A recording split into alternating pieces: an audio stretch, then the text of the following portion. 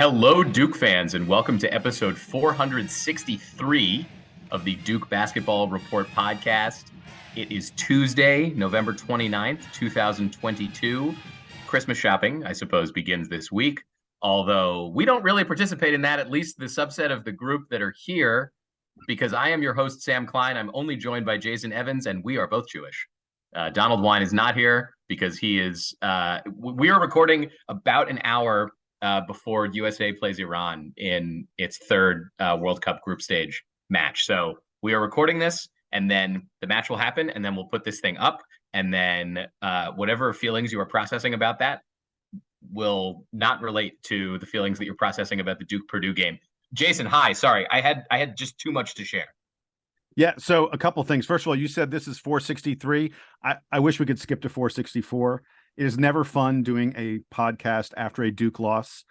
This was an especially troubling loss because we got our butts kicked. I mean, I know it was close for a little while in the second half, but things did not go well down the stretch against Purdue, and so it's not going to be fun to talk about.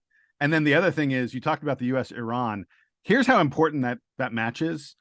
I'm a writer and producer for CNN International, as folks know, and the lead story all day today on my newscast, the thing that I've been writing about the most, is the U.S.-Iran football match, soccer match. Sorry, I'm in international mode. For a soccer match to be far and away the lead story on an international newscast shows you what a big deal this is in an hour and a half. Jason, while we wait for that match, let me push back on one thing you just said, and it'll segue us here into talking about the Purdue game. By the way, we're going to review the Purdue game, of course. We will try not to harp too much on the stuff that probably everyone saw on Sunday. And then we will obviously get to the preview of Duke's ACC-Big Ten Challenge matchup against Ohio State, which is coming tomorrow night at Cameron Indoor Stadium. And again, before I get to the Purdue match, the most important thing is that I will be in attendance at the Duke-Ohio State game, thanks to a DBR listener. So we'll talk more about that after the break. But Jason, you said that Duke sort of came back a little bit or made it close against Purdue in the second half. I'm going to push back on you. According to the KenPom win probability chart, Purdue was at least 83% likely to win this game throughout the entire second half. That percentage climbed to 75% with like 11 minutes into this game. Purdue basically ran away from Duke from the start, and there was like no response that Duke had for Zach Edey. So let's talk about that, but let's start with headlines. So I want to get your headline. There were a ton of great listener headlines from this one. I think it's a combination of us telling you all to send us your headlines and the fact that this was an emotional one.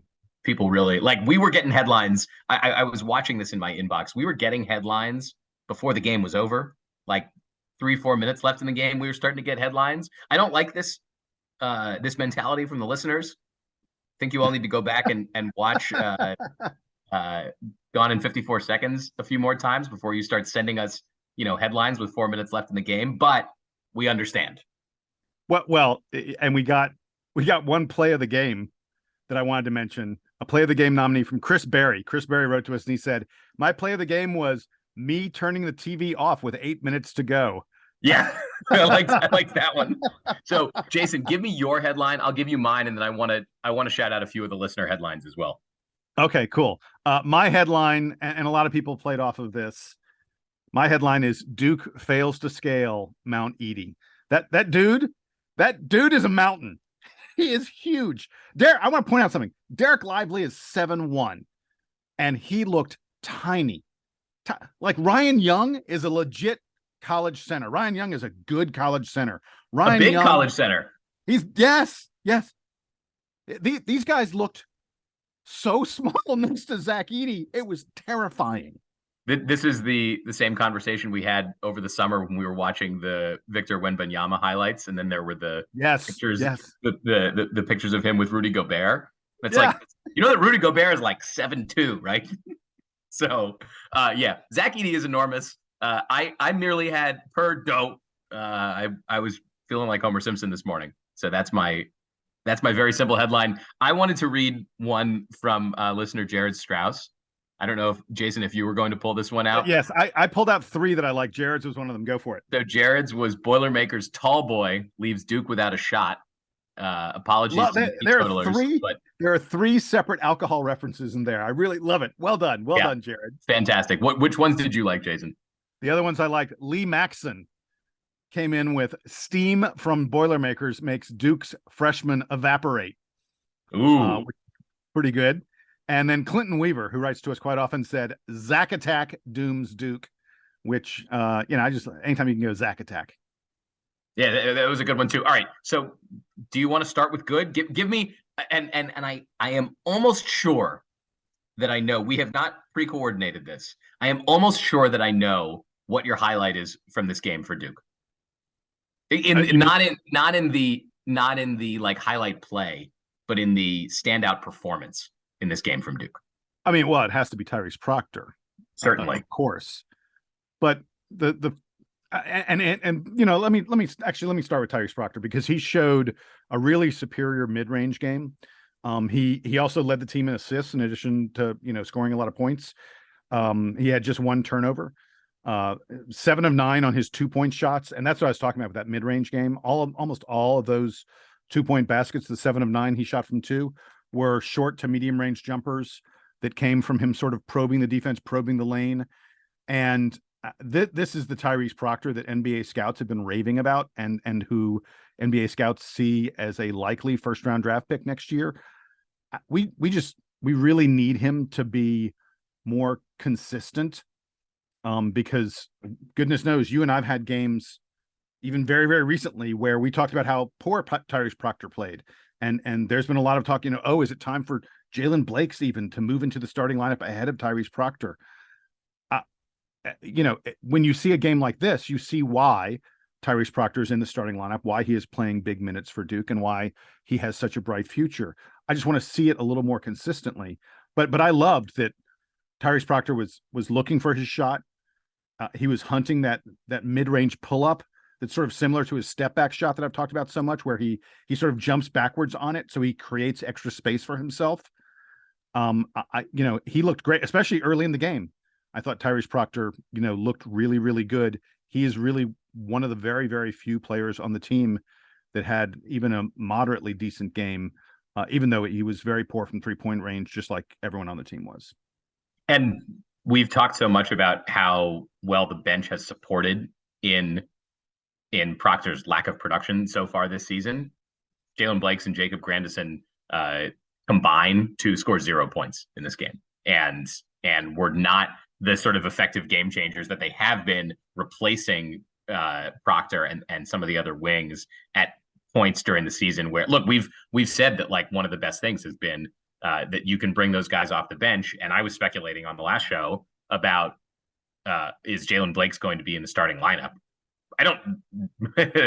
Maybe I was being a little too forward with that, and maybe John Shire knows a little bit about what's going on here, but the bench play did not support the starters at all in this game with, as you mentioned, all the poor shooting. Yeah, I mean, I do want to say, in the good, Duke did play very well the first 5 minutes of this ball game. We turned them over with some steals. We showed superior athleticism. Early on, Derek Lively was not getting pushed around at all by Mount Edey, and we were able to sort of keep him away from dominating the game early on. But then Purdue went on a 23-4 run, and it's so hard to talk about the good without segueing into the bad. I'll wait just a little bit longer, and I'll say the other good stuff I had was I thought that the team showed a good degree of fight. I don't feel like they gave up, even when they were failing to score in the second half. They were still hustling and trying hard, and seemed like they believed that they could come back and win it. I mean, after Purdue had that big first half run that I mentioned, we could have gotten down ourselves, and we didn't. They cut it to 7 with about 9 minutes left in the second half, and I thought that Duke was going to make an even more of a run from there. But we just, we kept on missing those 3-pointers, even wide open 3-pointers. And then the only other thing I had in the good was I was very intrigued that Duke switched from a man-to-man to a zone. It seemed to flummox Purdue at times, and it gave us a little bit of life. And I like we've talked a lot about how versatile this team is. I like the versatility that we can play some zone like that. And it feels like something that we should be able to succeed at more often. And we otherwise have not seen Duke playing zone much this season. I don't think at all. So it speaks to we've talked about how the defense has been, it seems, ahead of the offense in a lot of ways for this team, maybe Kyle Filipowski aside. And by the way, Filipowski, just side note, his third ACC Rookie of the Week award.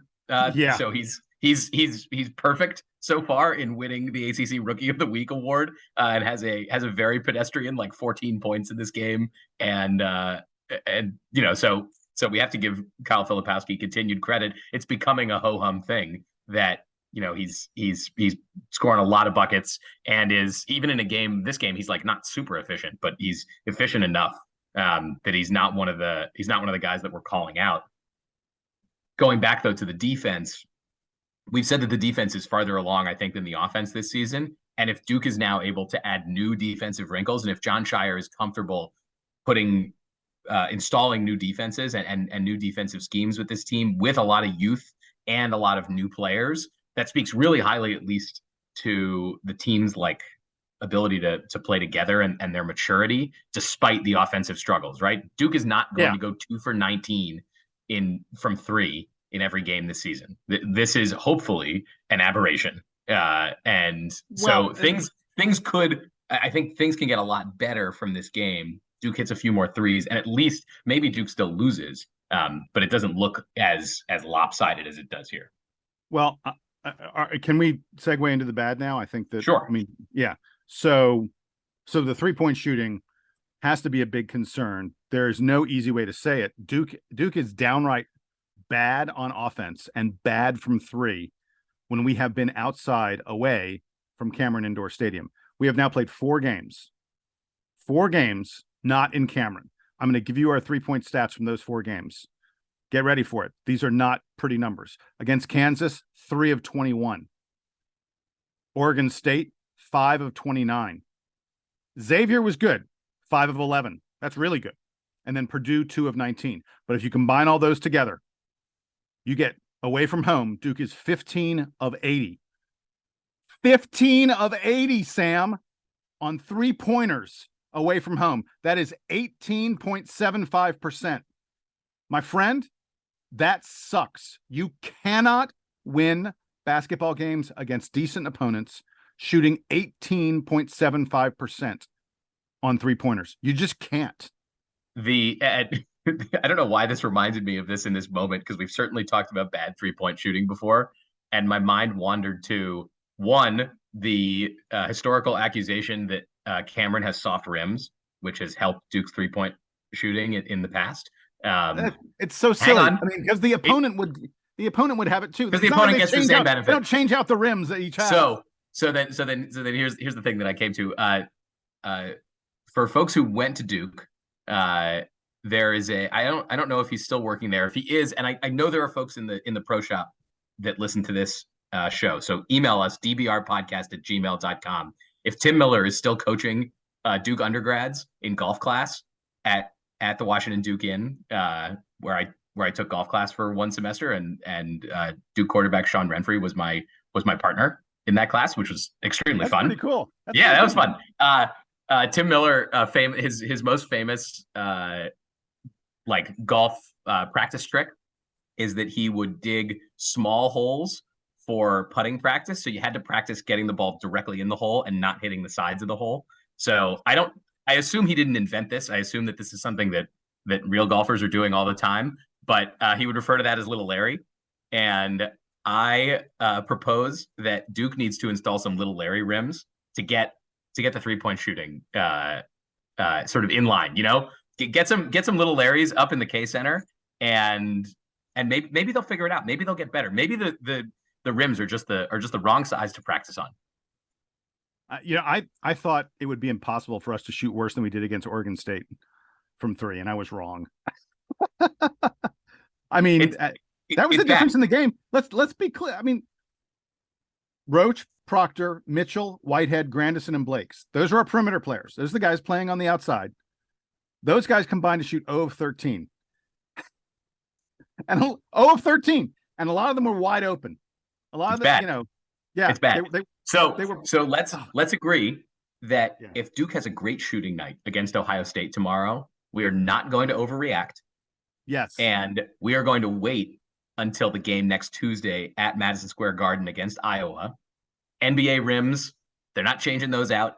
So we will find, and by the way, big sight lines, the whole thing, like, one of the things that we always talk about as being important about these neutral site games is that they mimic the feel of being in an NCAA tournament, which is not a great indicator for this team right now. But Duke gets one more shot at that neutral court atmosphere next Tuesday in MSG.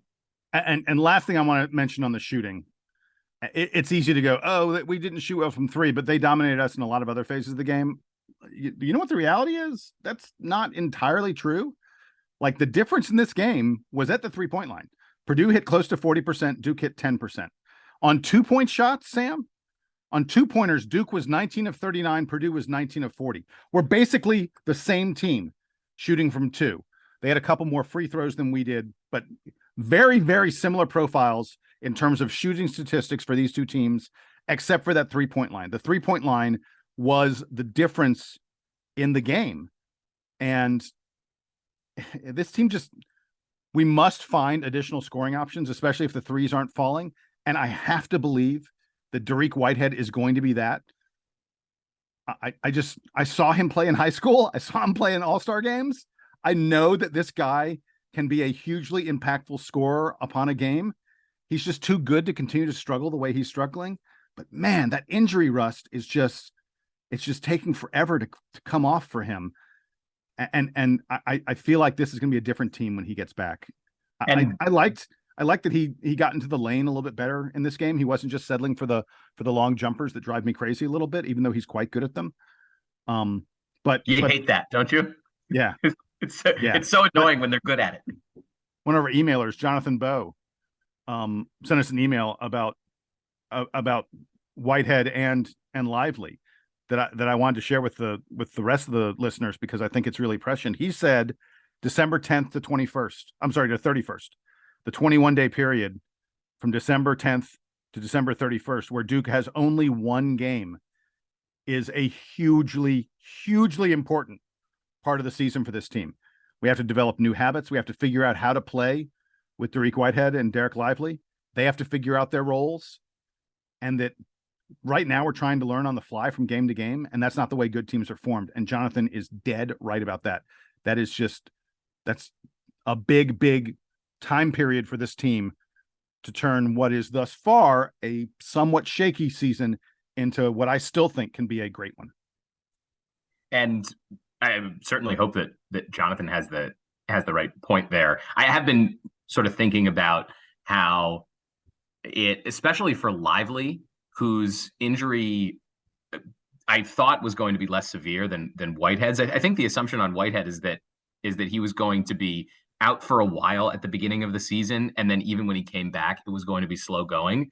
It's concerning to me now that that Lively still hasn't sort of integrated better, especially because we have this good big man rotation. Like, I don't know that Duke was going to rely on Derek Lively playmaker so much this season, because they have a good rotation of bigs, because Kyle Filipowski has come on so strong during the season, and we knew that Ryan Young was going to be a reliable backup. For Whitehead, there's probably a little bit more stress that, like, he needs to be a big playmaker. He needs to be a focal point for Duke. And so I'm sort of willing to let that slow roll a little bit more. I am concerned about Derek Lively's ability to come back here. And I hate making this comparison, but I'm getting shades of the Harry Giles situation from a few years ago, where he was healthy, but he wasn't really healthy yet. He came back, and we never really saw the peak Harry Giles when in his year at Duke. I don't know, I certainly don't know details about the injuries and stuff. I mean, so it reminds me of this situation only because he was such a star high school big man, athletic, blah blah blah.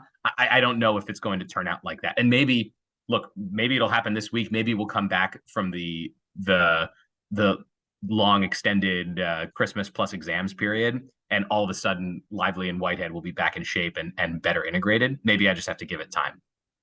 So I'll push back on the Giles comparison for a couple reasons. The first one is for Harry Giles, you were talking about a couple ACLs, and he had missed. Like to compare the amount of time that Lively missed and the time that Harry Giles missed, you can't compare it. It's night and day. Lively missed like 2 or 3 weeks, and Harry Giles missed 2 years. So it's a huge difference. Also, I think they're very different players. And I know you weren't saying that they're the same kind of player, but I think a lot of what Lively does really well is shot blocking and protecting the rim and being a mobile and active defender at his size. And I don't think rust affects that quite as much as it does shooting touch and offensive moves and knowing where to make the right pass and that kind of stuff. To me, Lively has been I thought Lively did a decent job on Zach Edey, especially early in that game.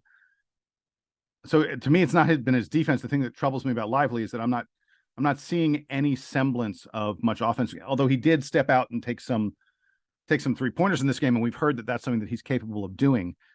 But I just don't see the Harry Giles comparison that much.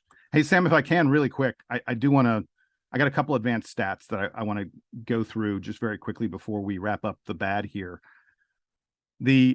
So first of all, it's not an advanced stat, but something that I look at when I'm thinking about a game from a statistical standpoint is where did you take your shots? Look at the shot chart. The Duke defense did a very poor job of forcing Purdue into shots they did not want. If you can go to ESPN's pages about this game, and one of them, the play-by-play page, includes a shot chart. Look at the Purdue shot chart. It is stunning. Everything Purdue took in this game was either a 3-pointer, very efficient shot. 3-pointers are always efficient, or in the lane, and not just in the lane, but like literally in the middle of the lane, like in front of the basket. Zach Edey. Well, and not just Zach Edey, it was other guys on the team as well who got in there. It was mostly Zach Edey, but it is amazing. Like if you could design the perfect shot chart, it would be what Purdue did in this game. I'm almost surprised they didn't score more than they did in this contest. When you look at that shot chart, then you look at the Duke shot chart, it's all over the place. And it's clear that, part of it is we were a little more desperate. Part of it is we have guys like Roach and Whitehead and Proctor who don't mind taking sort of mid-range jumpers that are not the most efficient shot for the most part. But man, it is, if you just look at those shot charts, you're like, you can tell who won the game. But then the other advanced stats that I really like, the assist rate, like Duke only really scored off the dribble. We did very little passing for scores. Duke only assisted on 38% of our shots. Purdue, meanwhile, their assist rate was 65%, which is not like the hugest number, but it's a pretty good number. And then the other thing that stuck out, this Duke team has buttered its bread this season on offensive rebounding. We've talked about it. We've been like the best offensive rebounding team in the country. Against Purdue, coming into this game, just for perspective, our offensive rebounding rate was like above 44%. I forget the exact number, but it was right in that 45% range. In this game, Duke's offensive rebounding rate was 28%. Purdue, meanwhile, 41%. So even when they missed a shot, they were pretty darn likely to get the rebound. And for them to beat us on the boards the way they did, they beat us by 11 on the boards. Not only had Duke not been out rebounded all year, but we'd been beating teams by double-digit rebounds every single game up until this game. It is remarkable what Purdue was able to do to us. Part of it is to give me concern about Duke, but part of it is also to say, hey, tip of the hat, Purdue, man, they were outstanding. And by the way, Duke is going to play another good rebounding team this week in Ohio State. That's the one coming up tomorrow night. So this is one where Duke has to turn around the tape specifically on one of their strengths really quickly. They presumably flew back to Durham on Sunday, so they had Monday and Tuesday to rest, recover, plan again for this upcoming game. Speaking of that, Jason, let's take a quick break. Or I guess we should do our highlights from this game if you have any. No, I thought about having I looked at it and I was like, okay, what am I going to pick? What's my favorite? There was not a favorite play. But I forgot to mention, by the way, the scoring droughts in this game. We're supposed to be all done, but I had this in my notes and I just skipped over it. I just got to go back to it. The scoring droughts in this game are something you don't see from a Duke team. With 9:17 left in this game, Tyrese Proctor made a layup to make the score 62-55, and Duke scored one more point the remainder of the game. One more point in the final 9:17, and that point was a free throw by Kyle Filipowski with 7 minutes left. 0 points in the final 7 minutes. That is just a devastating scoring drought. And in the first half, we had like a 5-minute run from the 13-minute mark to the 8-minute mark where we only scored 2 points. Yeah, I talked earlier, about the value that Dariq Whitehead will provide to this team when he is back. Duke there's got to be a guy who goes, you know what? Hey, we're struggling right now. I'm going to take it on myself to make sure that we get off of the number 18 or we get off of the number 55. Sometimes it's just you're stuck on a number. And man, but no, sorry to get back on point, Sam. I have no favorite play from this game. Fine, I won't have one either. Let's take a break, Jason. We will preview the Ohio State game, and then we do need to talk very briefly about the fact that Duke just wrapped up an 8-4 football season with a comeback win against Wake Forest, and some revealing news about future ACC basketball scheduling. So stick around for all of that.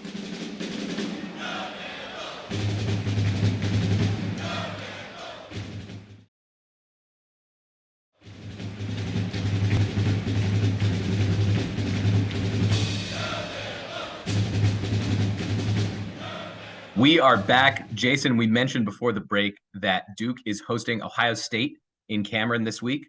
I don't know if there's any hangover for Ohio State as an institution after its enormous loss to Michigan on the gridiron on Saturday. But if there is, let's hope for it, because Ohio State comes in.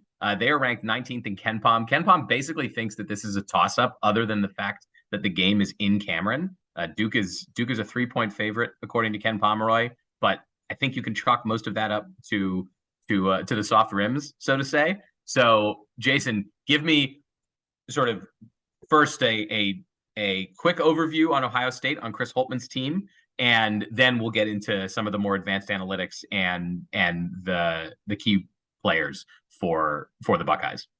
Yeah, as you mentioned, they are the number 19 team in the land, and that is, according to Ken Pomeroy, that is because of their offense. They have the number 6 offense, sixth most efficient offense in all of college basketball, and that's so what is that offense built around? It is built around a team that takes good 2-point shots and hits them at a 55% rate. That's a very, very high number. They are also deadly free throw shooters. They hit better than 80% of their free throws. They're pretty good at 3-pointers. They hit about 34%, but they don't shoot a lot of threes. This is a team that mostly wants to get the ball in the lane and get a good, efficient shot against you. They do not turn the ball over. They're not like one of the top 10 in the country, but they're pretty close. They're very good at controlling turnovers. And they're, we've talked about rebounding. They're an outstanding rebounding team. Ohio State, the 17th best team in the country at offensive rebounding. So, and that's despite being kind of small. They have Zed Key in the middle. He is 6'8", 255. That's a large man. That's Zed Key. The rest of their lineup is full of guys who are like 6'6", who can switch and play anywhere on the floor, but their size isn't overwhelming. They can switch and they can rebound. Like, yes, yeah. Don't assume here, I think, that Key is the only player that is going to body Duke up. Some of these 6'6" guys are experienced and themselves pretty strong. So I would not look at the heights and think, neutralize the one guy. He's probably not as good as Zach Edey, and then you'll figure out the rest. Yeah, the other statistical things that jumped out at me is they're very good. They're outstanding at defending the 3-point line. Their opponents have hit just 26% of their 3-pointers in the season. Duke, as we have noted, has struggled on 3-point shooting, Heck, there have been some games where 26% would be good for Duke. But Ohio State is just really good at defending the 3-point line. And they're one of the few teams that's able to do that while not sacrificing 2-point shots. Their opponents only hit 44% of their 2-pointers. The one thing Ohio State does not do very well is they don't turn you over. They don't get steals. They don't get many turnovers at all.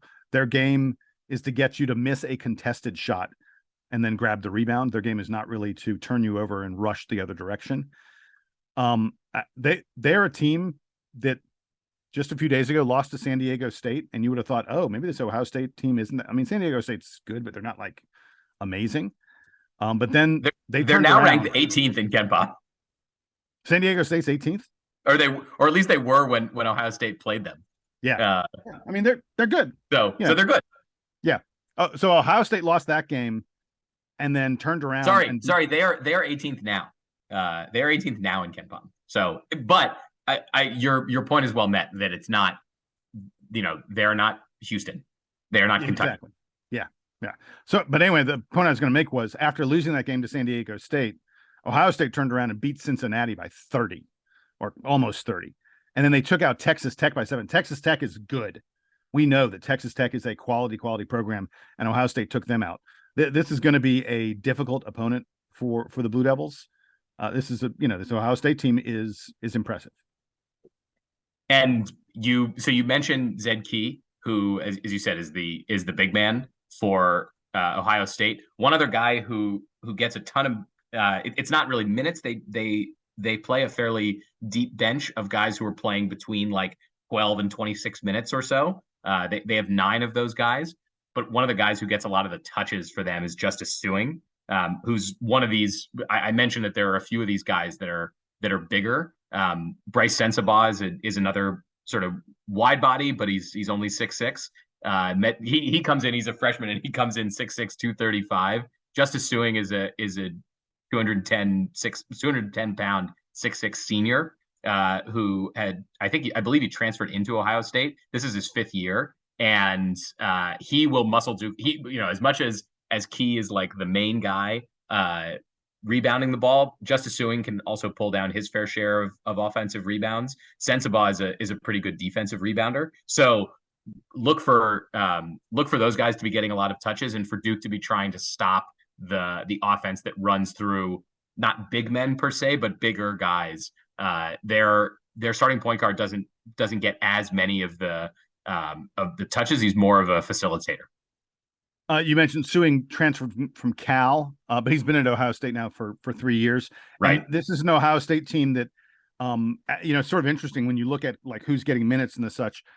They've got several freshmen. You mentioned Sensabaugh. They've got a couple other freshmen who are in the rotation who are getting significant minutes. But other than those freshmen, it's all like juniors and seniors. Almost all exclusively seniors. Zed Key is a junior, but the rest of the guys who play are all seniors. So this is going to be a team. Duke is a team of teenagers. Ohio State is a team of guys in their 20s. Well, depending on how well Jacob Grandison plays. If Jacob Grandison plays well, then right. Duke is out of the team, right? If he gets 25 minutes and hits 4 3-pointers, all of a sudden Duke has experience. But if Jacob Grandison is limited to 7 minutes, no points, and lets a couple guys blow by him, then Duke is a young team. So, Jason, before we touch on football very quickly, we have to quickly talk about the basketball scheduling news. This is not typically in late November is not typically when we talk about scheduling news. Usually we don't find out more about scheduling at this point in the calendar, but the big news as a sort of downstream effect of the Big Ten getting ready to renew its TV deal is that the wait. What happened was the Big Ten actually signed a new deal with CBS and Fox, and I think NBC is also involved. Oh, right. It's mostly involving football. It's about an $8 billion with a B, an $8 billion deal, but it takes Big Ten basketball off of ESPN and ABC, and as a result, ESPN still has the ACC and still has the SEC. So right. The ACC-Big Ten Challenge is going to conclude after this season, after this week, I suppose, will be the end of the ACC-Big Ten Challenge. Maybe we will mourn its death. Duke was very successful for the most part in the ACC Big Ten Challenge, but starting next year, the ACC is going to be matched up with the SEC in a basketball challenge that looks very similar to the ACC-Big Ten challenge. So where Duke will no longer get to play the likes of Ohio State and Michigan State and Wisconsin, some of their most traditional opponents. I think Duke has played Purdue and Indiana in other years in this tournament or in this showcase. Starting next year, it's going to be the likes of Kentucky and Florida and Arkansas and Tennessee. Lots of good programs in the SEC. I think if you're stuck in your biases from 10, 12 years, 15 years ago, then maybe you don't realize that the SEC is as deep as it is, but the SEC now is very deep. And as good as the Big Ten is, I think the Big 12 has been the best conference in college basketball the last few years, but the SEC has been very strong. So what does this mean for Duke? More games against Kentucky, even in the years where Duke doesn't play Kentucky in the Champions Classic, they get a shot at playing potentially at Rupp Arena or Kentucky coming to Duke, which is, I'm sure, the thing that everyone is most excited about. Kentucky does play. A friend of mine wrote to me after this was announced, and he said, I will be very disappointed if the first game of the ACC SEC Challenge is not Kentucky playing in Cameron. Well, and I was going to mention that one of the funny things about Kentucky is that they always play Louisville every year. That's an in-state rivalry. They typically play that game at the end of December, I believe, or early January. Louisville tries to fit it in at the end of their non-conference schedule. Kentucky also regularly plays North Carolina in a home and home. So Kentucky is used to going on the road to places that hate them. So them coming to Cameron, I'm not going to equate the Dean Dome with Cameron Indoor. Don't get me wrong on that front. But Kentucky is used to going into hostile environments. So that would be pretty fun. There's some interesting little wrinkles to all this that could come up that could be, compelling. Jerry Stackhouse, former North Carolina great, is still the head coach at Vanderbilt. And while I don't think Vandy's going to rise up to the point where they would get to play Carolina in the ACC SEC Challenge, maybe it could happen at some point. So that'd be an interesting little thing. I mean, Stackhouse and Hubert Davis certainly know each other. The other thing worth noting were they teamates? No, Stackhouse is too young to have been Hubert's teammate. Yeah, Hubert I think graduated before Stackhouse was there. But they know each other. I think they call that Carolina family. Not that there you go. Not that we're buying into their propaganda. We have too much Duke brotherhood propaganda to believe. Amen, brother. But the other thing I was going to mention was you mentioned some of the schools in the SEC that are very good. Texas and Oklahoma are joining the SEC in just the next couple of years. I totally forgot about that. Yeah. The SEC is adding Texas and Oklahoma. So Texas, newly resurgent Texas. Yeah. Finally, resurgent Texas. Apparently one of the best teams in the country, Texas. When you think about what the profile of this challenge is going to be and the teams that are going to be worth playing, it is going to be, it's going to be Texas, it's going to be Kentucky, Tennessee, Alabama, Arkansas. Arkansas has really, really stepped it up lately, thanks to name, image, and likeness. Auburn has been good lately. There are several other schools in the SEC that, that have risen up at various times. And, I think it is going to be a good challenge for the ACC. The ACC has been struggling lately. We need to step it up. You were talking about the rankings of the conferences. Right now, according to Ken Pomeroy, the SEC is just a tiny touch below the Big Ten as the number 3 conference. The ACC is well back as the 6th best conference at the moment. Well, and the effect of having these challenges for Duke is that they get one very cool game out of it, whether that's Kentucky or Florida or whoever the opponents will be. And, if provided that Duke continues to be one of the best teams in the ACC, they will continue to play one of the best teams in these challenge games. So, in a way, I will miss Duke getting to play Michigan State so much. But if it means more games with Kentucky and other ascendant teams from the SEC, so be it. Fine by me. Jason, very quickly, Duke beat Wake Forest in football on Saturday. I unfortunately didn't get to watch enough of this game. I was actually I told you I was in Southern California. My dad and I got tickets to the USC Notre Dame football game. So we went to that on Saturday, which was an incredible time. And I don't have time to tell you all about how fun the USC football games are, but Duke beats Wake Forest. The final score is 34-31. Duke comes back late in the game on a drive that was keyed by quarterback Riley Leonard, and lo and behold, this Duke team that was picked to finish last in the ACC Coastal Division got like almost like the minimum number of potential votes. Basically, every writer said that Duke was going to be last into the division. They weren't going to win a game. They thought they were not going to win a game in the ACC. Duke was not going to win a game in the conference. And oh my God, Duke ended up in second place in the Coastal Division. A few bounces against Carolina, and Duke would have won the Coastal Division. You cannot state enough what an incredible job Mike Elko and his staff did. As we've mentioned on this podcast several times, this was not a matter of Elko came in and brought in a ton of transfers or like in basketball where you bring in a bunch of freshman recruits. He took the same guys that were non-competitive last year in the ACC and turned them into a team that went 8-4, 5-3 in the conference.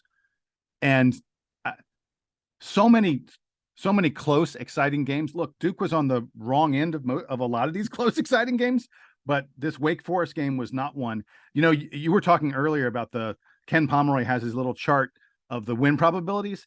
Did you know that with like 3 minutes to go in this game, Wake Forest was 93% to win the game, according to ESPN? 93%. This is what happens when you go on a long game-winning drive with 3 minutes left in the game. Yeah. So Duke turned that around, found a way to win. And one of the things that really impresses me about this team is that they seem to figure out what's going to work each game and go, okay, that's the thing that we're going to succeed at. Because earlier in the season, it was like just a couple weeks ago, I was like, passing doesn't matter. This team's running all over everybody. Remember that? We were this team that was just impossible to stop on the ground. Nope. This game, nah, Riley Leonard's going to throw for 391 yards and 4 touchdowns. I mean, come on. It is. And the other remarkable thing, I can't believe Riley Leonard's receivers. Like, I have no idea which one's going to have an incredible, like Jordan Moore, like just a week ago had like 14 receptions, like 170 yards or so. It was like insane. This game, it was Jalen Calhoun with 11 receptions, 174 yards. Samir Hagans. I don't think we've talked about Samir Hagans the entire season on this podcast. He scores the winning touchdown. And he had 139 yards receiving in this game. I mean, like the number of weapons that we have discovered. It's just, I can't wait for the bowl game. I don't know which bowl game they're going to be in. I don't want to get into the predictions and stuff. It is all gravy, and it is all full credit to Mike Elko. If anyone else even gets a vote for ACC Coach of the Year, I'm going to demand a recount. and an absolutely incredible job. Like if you look back in the history of Duke football, and Jason, you mentioned we still have a bowl game to play. 8 wins, I think, is like the third most. It's like the third most wins in Duke history. For when they won the conference. In the past like 30 or 40 years. Yeah. Not in Duke history. And then if you go farther back, they didn't play as many games. That's true. So, you're right. So I think the year that Duke last won the ACC in 1989, they only won 8 games because that's all that was needed. So I mean, I'm not telling you that the ACC is the best football conference and that the slate that Duke had to run through was this incredible 2010s SEC situation, but they won 8 football games this year. So they get to play in a bowl game. The one note that about the bowl selection. So the bowl selections will happen after all the championship games go through this weekend, because we have to figure out who's playing in the playoff and in all of the like New Year's Six type bowls, to then cascade down to figure out who the rest of the teams are going to play and where they're going to slot and which bowl games have to take which conferences. And there's lots of confusing contracts and stuff that we don't need to get into here. But one note that I can't remember who put it on the DBR forum, but someone noted that there's one ACC bowl tie-in with the Fenway Bowl up in Boston, and Duke probably isn't playing in that one because it's in the middle of exams. So Duke is unlikely, I think, unless we're making a big change to the approach to academics at Duke and vis-a-vis the athletic program. Duke will not be playing in the Fenway Bowl, but there are plenty of other options for Duke, especially during that week between Christmas and New Year's. So maybe looking at one of those, but like you said, Jason, we can't speculate too much about where they'll end up. Yeah, I think the most likely ones are the military, the holiday, the pinstripe. Those would seem to be, and the Duke's Mayo Bowl and the Sun Bowl. Those are the ones that seem like they're probably right in there for Duke. So we will find out what happens there. More importantly, Duke has this this huge game against Ohio State. Hopefully, a bounce back game for Duke against Ohio State tomorrow night. I am going to be there, so if you're around, say hi. I'm not I can't remember exactly where I'm going to be sitting, but I am going to be there. So we're very excited for that. Email us, dbrpodcast@gmail.com. We love getting the headlines. We love hearing from all of you about all of your thoughts about Duke basketball. And I think now we have crossed over into we definitely get too many emails now to respond to them, but Yeah, we're doing our best. right. For a long time, I sort of made it my mission. I was like, I'm going to reply to every single email we get, or if one of you guys replies, I skip it. But yeah, we've reached the point. So folks, please know we're getting your emails. We can't reply to every one of them. It's too much, too much love. Doing our best though. Yes. I should have also mentioned it's podcast listener John is the one that emailed us about the tickets. So I in particular very much appreciate that he's doing that. But in general, we love that sort of thing, and it's nice to have the not just for us, but in general, the DBR ticket sharing community is a good place to be. So it's a good reminder to join the forum. So dbrpodcast@gmail.com. Join the discussion on the forums because we love that. Forums.dukebasketballreport.com. We will be back again very soon to talk more basketball and more Duke football. For Jason Evans, who is here, for Donald Wine, who at this very moment I assume is screaming his head off because this USA soccer match kicks off in just about 20 minutes from when we are recording. I am Sam Klein. This has been DBR Podcast episode 463.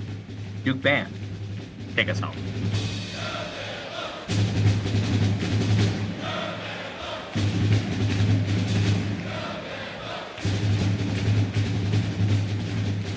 Any thoughts on so we get to go to Universal Studios tonight. If there's one or two things to do at Universal Studios, do you have any thoughts about that? No. Okay. Wait, where are you? You in LA? Florida. In Orlando. Florida? Yeah. I mean, I think all the Harry Potter stuff is supposedly like off the chain. Yeah. I mean, I did it 8 or so years ago. It was pretty good then. Yeah. Yeah. So it's worth the wait.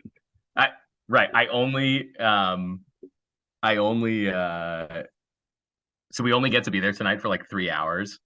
And there's two Harry Potters. Is it a private event? Like, do you guys have your run of the park? Yeah. That's not bad. But there's two Harry Potter areas and they're in different places, is my understanding. So I posted on my Instagram earlier. I was like, all right, between Diagon Alley and Hogsmeade, where should I go? And I'm now fielding responses. I will be interested in hearing the results. I will tell you that when years ago, CNN Turner used to buy out Six Flags for a night, and we would get, run that's so fun. And yeah, we would just, I mean, you could do anything you wanted. Like, it wasn't a matter of, oh, this is further away. Yeah. In the park. It was just like, nah, it was. I can't never a line for anything. It was great. I can't tell how far stuff is from the map. So I don't know if I can get to both because they do appear to be in like distinct places. They might be like 2 miles from each other. So I don't think it's not quite that big, but yes, it can be a while to get around at those places. I know. Did you get to go to Disney at all? No, so I'm at this like corporate retreat that's at Universal. Okay. So I flew here. I got here Sunday night, and I'm staying at like one of the hotels at Universal Studios. Right. But we've just been in like trainings and stuff. Because I will tell you, if you have not done it, both the Star Wars ride and the Avatar ride at Disney, ridiculous. I mean, and also the Ratatouille ride at Epcot, ridiculous. Like the depths that the technology, the immersiveness of the technology is just off the chain. The Rise of the Resistance ride, I mean, like, It's I don't incredible. want to spoil it for you. There's stuff that happens that ride that I was just like, jaw on the floor. I was like, I am literally inside the movie right now. Well, I'm never. I don't know when I'd be going. So even if you tell me now, Yeah. it may not come to fruition for I might have to have children, which is forever from now. And the Avatar ride is the most immersive VR experience I've ever had. Cool. You absolutely feel like you are riding on one of those creatures in Avatar. Yeah. It is crazy. It is so good. Well, I know these rides cost like $500 million each. It's something absurd, right? Like the amount of money they spend on them. It's totally worth it. It's totally worth it. The preliminary feedback is saying that the best ride is the Hagrid's motorbike ride. Oh, really? Maybe that's a VR thing similar to the Avatar thing. I think it's both like crazy technology and like a cool roller coaster. Right. So our kids are going to experience amusement parks in ways we can only begin to imagine. I know. I like amusement parks. Like I like rides and stuff, but I don't prioritize it. So like I'm never going on an amusement park vacation now. Like I assume I would do that once I have children, but when you have children, you will. Yeah, Trust exactly. me. Well, Trust me. We didn't really do it much when I was a kid. I like my parents don't like amusement parks, so like it's not. I'm a big roller coaster guy. I have lots of friends, by the way, who aged out of roller coasters, and by that I mean like they can't do it anymore. Like they get sick. They just like they get dizzy and stuff. Like when they hit their 40s or 50s, these men are like, I can't. Just take Dramamine. I don't need anything, man. Any roller coaster, I will just do any it. roller coaster anytime. It does not affect me in any way, shape, or form. One of my sons has real trouble. Like he gets sick on them. I'm like, nope, go for it. I'm lucky.